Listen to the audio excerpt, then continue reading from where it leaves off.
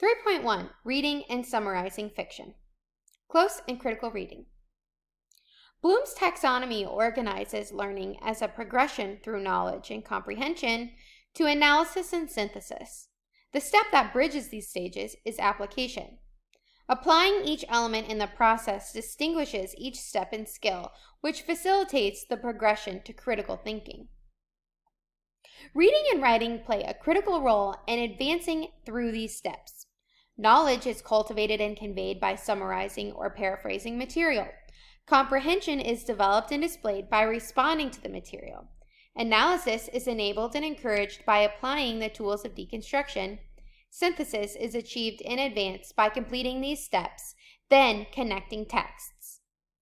To practice the overall progression as it relates to the writing process, we will start with reading and summarizing and move to responding in order to clarify the two and practice how each is demonstrated at an advanced level. While the main goal of ENC 1101 is to practice reading across genres and develop the skills associated with reading, annotating, summarizing, paraphrasing, and integrating source material, close and critical reading can include practices that feed and move toward analysis and interpretation. In ENC 1102, we will take a deep dive into analysis and synthesis and practice critical reading with the application of lenses and theoretical perspectives. But to start, we will focus on practicing techniques that build the advanced critical reading skills that serve as the foundation of higher level learning and writing. Close and critical reading is required to understand a text. Close reading observes a text consciously and carefully in order to deepen understanding of the material and prepare you to summarize and contextualize the text. The goal of close reading is to comprehend the material, which is aided by making summary notes throughout the text. Critical reading builds on close reading by adding context and asking questions to deconstruct the text in order to support interpretations or arguments based on textual evidence, and to prepare for analysis, evaluation, and synthesis. Close reading prepares you to summarize or paraphrase a text and to understand the text. Close and critical reading prepares you to analyze, evaluate, interpret, and synthesize the text as well. Distant reading, such as skimming or previewing, can serve as a first step to prepare for close and critical reading. But it does not prepare you to summarize, paraphrase, analyze, interpret, evaluate, or synthesize content. There are a number of techniques that facilitate a close and/or critical reading of the text. Annotating. Making notes as you read is an important technique for close and critical reading. While you read, summarize each section or paragraph as concisely as possible. On print copies, you can summarize in the left margin, and for digital texts, you can use notes or comments or start a separate doc to keep your reading notes. Different software has different tools, but summarizing as you read is always possible and useful. Be sure to summarize only the major events and ideas of the text without adding your own thoughts, which would be a response instead of a summary, so that you can pull the threads together to write a summary of the text. Underline as little as possible, only the key content needed for your intended use of the text. Avoid overuse of underlining. The summary notes can be reviewed to remember the text, deepen understanding and comprehension, and write a comprehensive summary. In addition to summarizing sections of the text as you read, you will want to engage with the text. Ask critical questions of the text. Note where you supplement the text with context, where you recognize allusions or make personal connections. Recognize and record contradictions and offer very brief interpretations. On hard copies, this can be done right in the margins. On digital copies, you can use any technique that allows you to distinguish between your summary notes and the critical notes that deconstruct the text with your thoughts about the text. Critical annotations can be used to deconstruct the text for purposes of analysis. While you are reading closely and critically, think of what else you can know. words you want to define, concepts you want to look up, reflections on your reading practices that track when or where you get distracted. But be sure not to write too much. Once you have read the text and annotated the margins or digital spaces, your summary notes will help you construct an overall understanding of the text, and your critical notes will be ripe for interpretation, questioning, or criticism. Reading with intention. Close and critical reads are performed best when informed by the assignment. Knowing what to look for as you read is directly related to what you are planning to do with what you are reading. How close of a close reading also depends on the assignment and the length and depth of the material. If you are writing an extended literary analysis of a text, your read should be very close and very critical and involve multiple readings of the text. If you are using an article as a minor source in a research paper, you will still need to read it carefully, but not as closely. If you are only reading to inform context but provide background for a topic, your read should be critical but not close. But critical reading for academic purposes is always closer than leisure reading or skimming, which fulfill different intentions and involve different texts. Remember that your intention can be framed by the assignment, and reading with your intention in mind will clarify your understanding and allow you to annotate the margins in useful ways that will allow you to avoid rereading or misreading. When planning for an assignment that requires close reading, be sure to allow time to read slowly and more than once. Applying vocabulary to identify structural elements can be very helpful, not only in summarizing the important highlights, but also in supporting your interpretation. Start with summary. Writing a summary helps readers understand the text, identify the important elements, and practice paraphrasing. Summary differs greatly from response analysis and synthesis and prepares you to perform all three. Remember that the first step in Bloom's taxonomy is moving from knowledge to comprehension. If you cannot provide a clear and concise summary of a reading, you do not comprehend the material. Understanding how to summarize material is important for fiction and nonfiction texts. While scholarship in the arts tends to use both fiction and nonfiction to summarize material with the inclusion of selected quotations, scholarship in the sciences and social sciences tends to focus on nonfiction and to paraphrase without direct quotation. Paraphrasing is essentially a specific summary of a specific section, while a summary is a more general overview of a larger section or the entire text. Although both summarizing and paraphrasing convey the main ideas or arguments of the text, in the words of the reader, paraphrasing is more likely to use more details from the original text. In summarizing, be sure to avoid interpretation or editorialization. Integrating quotes can be useful. One way to summarize is by using benchmarks. Reading for standard elements in text can help you locate the major benchmarks that inform a summary. It can also help you avoid shifting your attention away from summarizing the text and slipping into adding your ideas, opinions, and interpretations, which would move you from summary to response. Knowing a few basic terms will help you read for structural elements that can frame and inform your summary. Fiction generally describes imaginary events through prose. Most people think of literature in the form of novels or stories told through film or scripted video. Because the story is the driving factor, close reading of fiction expects the reader to look for story elements that highlight pivotal points in the plot.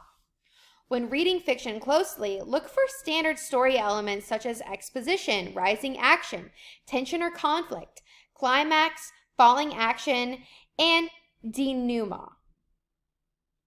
Noting these structural benchmarks as part of your summary annotations will prepare you to construct an overview of the text and help you recognize themes and patterns that connect the reading and create meaning. Identifying a possible quote from the text that demonstrates the benchmark can be very useful when writing your summary. Summaries are intended to be informative and are often the focus of descriptive or expository writing. Generally speaking, major writing assignments will build on summary to advance intellectual skills instead of simply asking you only to summarize a text, but summarizing and paraphrasing ground understanding and comprehension and serve as the necessary foundation of responses, analysis, and syntheses.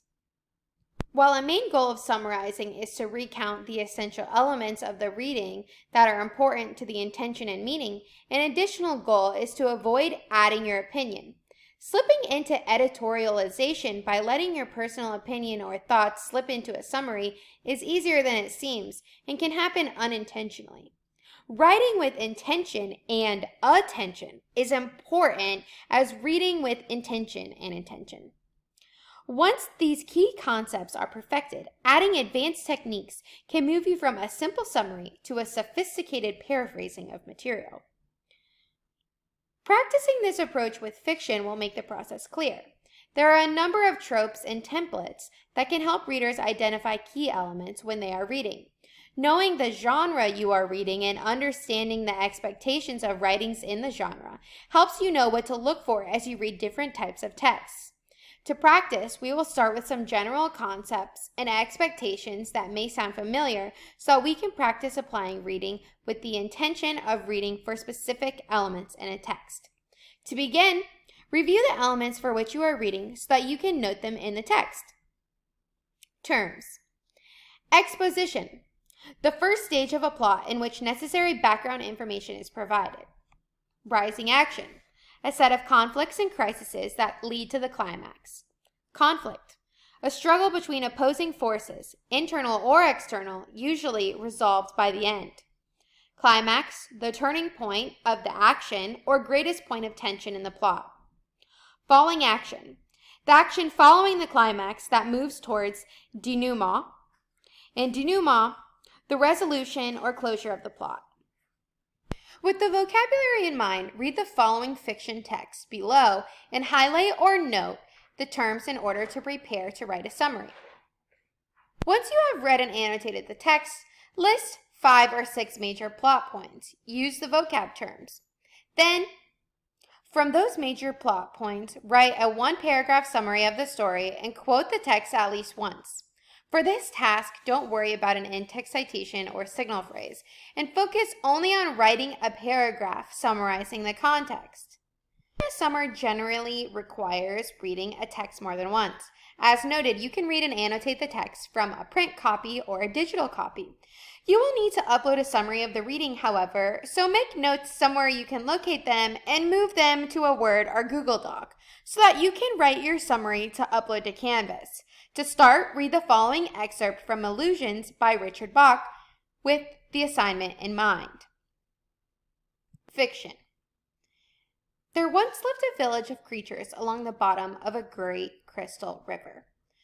The current of the river swept silently over them all, young and old, rich and poor, good and evil. The current going its own way, knowing only its own crystal self. Each creature in its own manner clung tightly to the twigs and rocks of the river bottom, for clinging was their way of life, and resisting the current was what each had learned from birth. But one creature said at last, "I am tired of clinging. Though I cannot see it with my eyes, I trust that the current knows where it is going. I shall let go and let it take me where it will. Clinging, I shall die of boredom." The other creatures laughed and said, "Fool! Let go, and that current you worship will throw you tumbled and smashed against the rocks, and you will die quicker than boredom." But the one heeded them not, and taking a breath did let go, and at once was tumbled and smashed by the current across the rocks. Yet in time, as the creature refused to cling again, the current lifted him free from the bottom, and he was bruised and hurt no more. And the creatures downstream, to whom he was a stranger, cried, "See a miracle! A creature like ourselves, yet he flies. See the Messiah come to save us all." And the one carried in the current said, "I am no more Messiah than you. The river delights to lift us free if only we dare to let go. Our true work is this voyage, this adventure." But they cried the more, "Savior!" all the while clinging to the rocks. And when they looked again, he was gone, and they were left alone, making legends of a Savior. Close readings of this text allows you to identify the terms listed above, which will help you develop a more complete and complex understanding of the story and story elements. A close reading will also prepare you to write a strong summary of the text. A basic summary would identify the main plot points by connecting them to the terms. A stronger summary would connect the terms to each other as well. For example, applying basic structures of conflict in literature, such as human versus human versus self, or human versus nature, to the story allows us to consider different summary structures. One potential summary would tell the story of the internal conflict of the creature versus self, which would make the conflict the boredom of the creature and their desire for adventure. The climax would be when the creature let go, and the resolution would be that the creature found their true work in the form of voyage and adventure. Another read would tell the story of the creature's conflict with the other creatures, who pressured the creature not to let go, which would make the climax when the other creatures downriver praised the creature as a messiah. But the conflict would not be resolved because the creature and the other creatures would still disagree in the end. A third way to summarize the story would be to see the conflict as the creature's fight against the current, making the climax when the creature floated to the top, which could be seen as reconciliation between the creature and the current, or it could be seen as the creature overcoming nature, depending on the interpretation. A basic summary would at least use the terms to identify key elements in the story, even if they were not consciously connected to the other elements. A stronger summary would make connections across the different elements in order to let the summary tell a more complete and connected story. A close reading to identify elements allows the reader to think through the connections between and across plot points. Reading the text closely, however, is not the same as critically. A critical reading of this sample would require asking about context. What is the expert from? Who wrote it? When was it written? What does the text allude? And deconstructing the text. How can specific terms and structures support different meanings? Which starts to advance from summary to analysis and prepares the reader to argue for an interpretation of the text that suggests a meaning.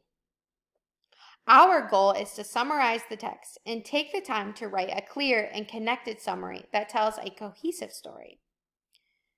Once you upload 3.1, review the posts of your peers. Reading your peers' posts will allow you to see some of the different summaries that can result even when following a shared approach. Some of the same major elements should appear across summaries, and all summaries should be supported by the text.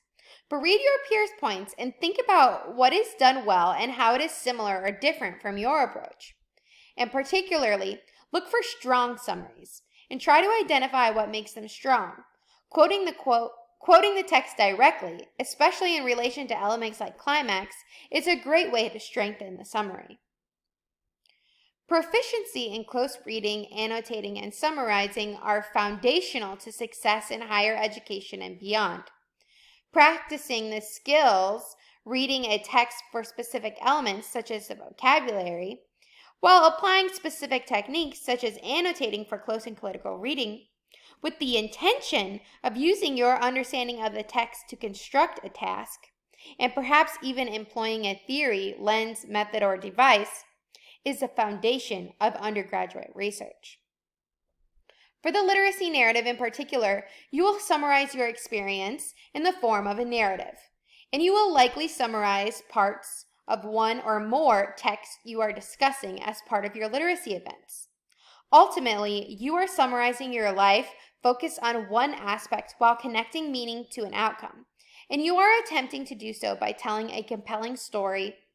As we practice with our sample story, we will start to make connections to our own story and prepare for what will eventually grow into our literacy narrative. To start, think of one fiction text you have read, which can include a short story, fan fiction, a narrative that overlays a video game, a novel, or any piece of fiction. Using the terms above, think of major plot points in the story and use them to write a summary of the story. Then think about the situation in which you read the text and write a one-sentence summary of that context. Question 4. You may or may not decide to use the story or situations as part of your literacy narrative. The goal is to practice summary in a specific way that will move from summarizing the story of the creatures and will help make connections to your life and your narrative. Supplemental resources. Dramatic structure. Assignment 3.1. Complete all 4 parts included in 3.1 and upload your considered and polished responses to Canvas. 1. What is and isn't a summary? 2. How do you annotate this content reading? And how did you annotate the short reading on the creatures? 3. Write a 1-paragraph summary of the short reading on the creatures. 4. Think of a piece of fiction you read that had an impact on you and write a 1-paragraph summary of that text. Then write a 1-sentence summary of the situation in which you read the text, the context.